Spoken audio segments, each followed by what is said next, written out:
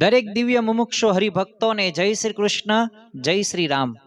આમ તો અખંડ સૌભાગ્ય દેનાર એ વટ સાવિત્રીની વ્રત કથા છે।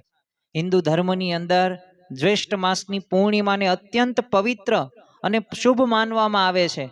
અને ખરેખર આ વટ સાવિત્રીનું વ્રતની કથા સાંભળવાથી ઘણી બધી આપણને પ્રેરણાઓ પણ પ્રાપ્ત થતી જોવા મળે છે। તો આજના દિવસે આ વટ સાવિત્રીની કથાની આપણે વાત કરવી છે અને આપણા જીવનની અંદર પણ આ કથા કેટલી અગત્યની છે, મહત્વની છે। તો પ્રાચીન સમયની અંદર એક રાજા અશ્વપતિ થઈ ગયા। એમને કોઈ સંતાન નહીં, શેર માટીની ખોટ।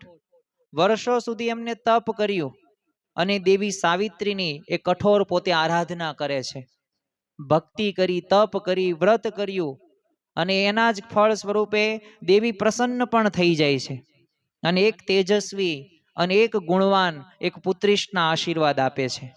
પણ વાત અહીંયા પૂરી થતી નથી। નારદ ઋષિનો જ તે ત્યાં એન્ટ્રી થાય છે અને રાજાને ચેતવણી આપે છે કે જો તે તપ ભલે કર્યું, કઠોર આરાધના કરીને ભલે દેવીને પ્રસન્ન કર્યા અને તને એ ગુણવાન પુત્રીશના આશીર્વાદ પણ મળ્યા છે, પણ તું પહેલા મારી ભવિષ્યવાણી સાંભળ, તું પહેલા મારી ચેતવણી સાંભળ કે જો સત્યવાનનું આયુષ્ય રહ્યું ને એ ખૂબ ટૂંકું છે અને માત્ર 1 જ વર્ષ જીવશે।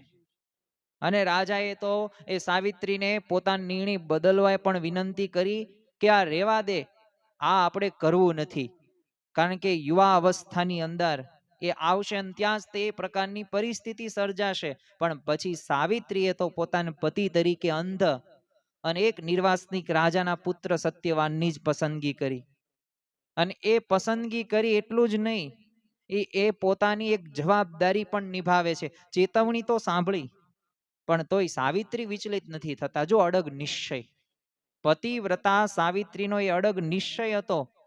એને દ્રઢતાથી કહી દીધું કે જો ધર્મથી મેં પસંદ કરેલો પતિ હું ક્યારેય બદલીશ નહીં। અને ખરેખર આ એક વાક્ય રહ્યું ને એ તે આપણને ચારિત્રની મહાનતા બતાવે છે।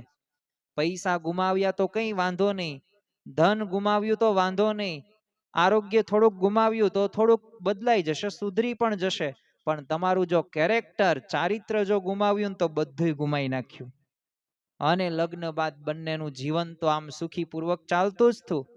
પણ જ્યારે પણ સત્યવાનના મૃત્યુનો નિર્ધારિત દિવસ નજીક આવ્યો અને ત્યારે એ સાવિત્રીએ કડક ઉપવાસ શરૂ કરી દીધા અને નિર્ધારિત દિવસે તે સાવિત્રી પોતાના પતિ સાથે જંગલમાં ગઈ। ત્યાં સત્યવાન પોતે લાકડા કાપી રહ્યો હતો અને ત્યાં તેને અચાનક ભારે પીડા થઈ અને પોતે બેભાન થઈ ગયો અને એના જે પ્રાણ હતા ને એ છૂટવા લાગ્યા। હવે વાત અહીંયા પૌરાણિક કથા પૂરી નથી થતી। યમરાજાનું આગમન થાય છે અને યમરાજા એ લેવા આવે છે। હવે યમરાજા પોતે સત્યવાનના પ્રાણ લઈને પોતે દક્ષિણ દિશા તરફ પોતે જતા હતા। તો આ સાવિત્રી હતી તો એ તે પોતાના પતિની પાછળ પાછળ પોતે ચાલવા લાગી। એટલે યમરાજાએ તો આ સાવિત્રીને સમજાવ્યું કે જો પૃથ્વી ઉપર એનું કર્તવ્ય પૂરું થઈ ગયું છે, એટલે એને હવે મારે અત્યારે લઈ જ જવો પડશે, એ પાછો નહીં આવે। પણ સાવિત્રી તો ધર્મ, સત્ય અને કર્તવ્યની ઊંડી બધી તાત્વિક વાતો એને ચાલુ કરી અને યમરાજા આગળ એને આજીજી કરી અને એવી જ્ઞાન પ્રધાન વાતો કરી અને ખરેખર એ સાવિત્રીમાં અપાર બુદ્ધિમત્તા હતી, એ શ્રદ્ધા હતી, પાછી બુદ્ધિ પણ હતી।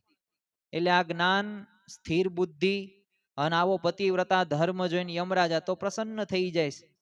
જેમ નચિકેતાને વરદાનો આપ્યા તો એમાં સાવિત્રી ઉપર પ્રસન્ન થઈને કહે છે કે તું વરદાન માગ, હું પ્રસન્ન થયો છું તારી આ ભક્તિ ઉપર, આ તારી નિષ્ઠા ઉપર, આ બુદ્ધિ ઉપર, આ શ્રદ્ધા ઉપર અને આ પતિવ્રતાની ટેક વાળી ભક્તિ સામે હું નમી ગયો છું, એટલે તું માગ। અને એક પછી એક વરદાનો માગવાનું શરૂ કરે છે। પણ જો શ્રદ્ધા અને બુદ્ધિનો સમન્વય આ સાવિત્રી પાસે અત્યંત ચતુરાઈથી એક અંતિમ વરદાન માગે છે કે મને છે ને સત્યવાનથી સંતાન પ્રાપ્ત થાય। યમરાજા તો સમજી ગયા કે સત્યવાન જીવિત નહીં થાય તો આ વરદાન ક્યારેય પૂર્ણ નહીં થાય અને હવે આપણે પ્રસન્ન થઈ ગયા અને વરદાન માગવાનું કીધું છે અને જો વરદાન આપણે દઈએ નહીં તો પછી મારું ખોટું દેખાય। એટલે સાવિત્રીથી બુદ્ધિ સામે નમી ગયા યમરાજા અને સત્યવાનના પ્રાણ પછી પાછા આપવા પડ્યા યમરાજા. અને ખરેખર જો આ શ્રદ્ધા અને બુદ્ધિથી યમરાજ ઉપર પણ વિજય એ આ સાવિત્રીએ પ્રાપ્ત કર્યો. ખરેખર આ પૌરાણિક કથા એ કોઈ ભાષણ નથી, એ કોઈ જૂઠી વાત નથી. એ આ વટ સાવિત્રીની કથા એ પૂર્ણિમા એ ખરેખર આના લીધે જ તે બધાય તે માને છે. ખરેખર ખાસ કરીને સૌભાગ્યવતી બહેનો જે પોતાના પતિને લાંબા આયુષ્ય અખંડ સૌભાગ્ય માટે એક સુખી દાંપત્ય જીવન માટે એ ઈચ્છાઓ રાખે છે, એના માટે આ કઠોર વ્રત પણ કરે છે ને વટ વૃક્ષની પૂજા પણ કરે છે. તો જો આજના આ પવિત્ર દિવસે આપણે સર્વ કોઈ આપણા જીવનની અંદર એક અડગ શ્રદ્ધા રાખીએ. આ કથા આપણને એ જ શીખવે છે કે જો અડગ શ્રદ્ધા હોય, જો સ્થિર બુદ્ધિ હોય, ધૈર્ય હોય અને ભક્તિ હોય ને તો ખરેખર અસંભવ પણ સંભવ એ બનાવી શકાય છે. ધર્મનો વિજય થાય છે, થાય છે ને થાય છે. તો આપણા સર્વ કોઈના જીવનની અંદર આવી પૌરાણિક કથાઓ, આ વ્રત વિધાનો હોય તો ત્યારે આપણે સર્વ કોઈ પરમ આદર થકી સાંભળીએ, સાથે સાથે આપણા જીવનની અંદર આવી પતિવ્રતા ભક્તિ કરીએ. જેમ આપણે વિધિ કરીએ છીએ, જેમ આપણે વ્રતો કરીએ છીએ, તો એમ આપણામાં રહેલા કામ, ક્રોધ, લોભ, મોહ, મત્સ, માયા, તૃષ્ણા, અહંકારને પણ દૂર કરીએ. તો જો આ યમરાજા ઉપર જો વિજય પ્રાપ્ત કરી શક્યા હોય સાવિત્રી, તો આપણે પણ સર્વ કોઈ પરિવારમાં સુખ શાંતિથી અને એક નિષ્ઠાપૂર્વક, એક સ્થિર બુદ્ધિ સાથે, એક ભક્તિ સાથે આગળ વધી શકીએ છીએ. આવા જ આધ્યાત્મિક પ્રવચનો સાંભળવા માટે અમારી ચેનલને લાઈક કરો, શેર કરો અને સબસ્ક્રાઇબ કરવાનું ભૂલતા નહીં.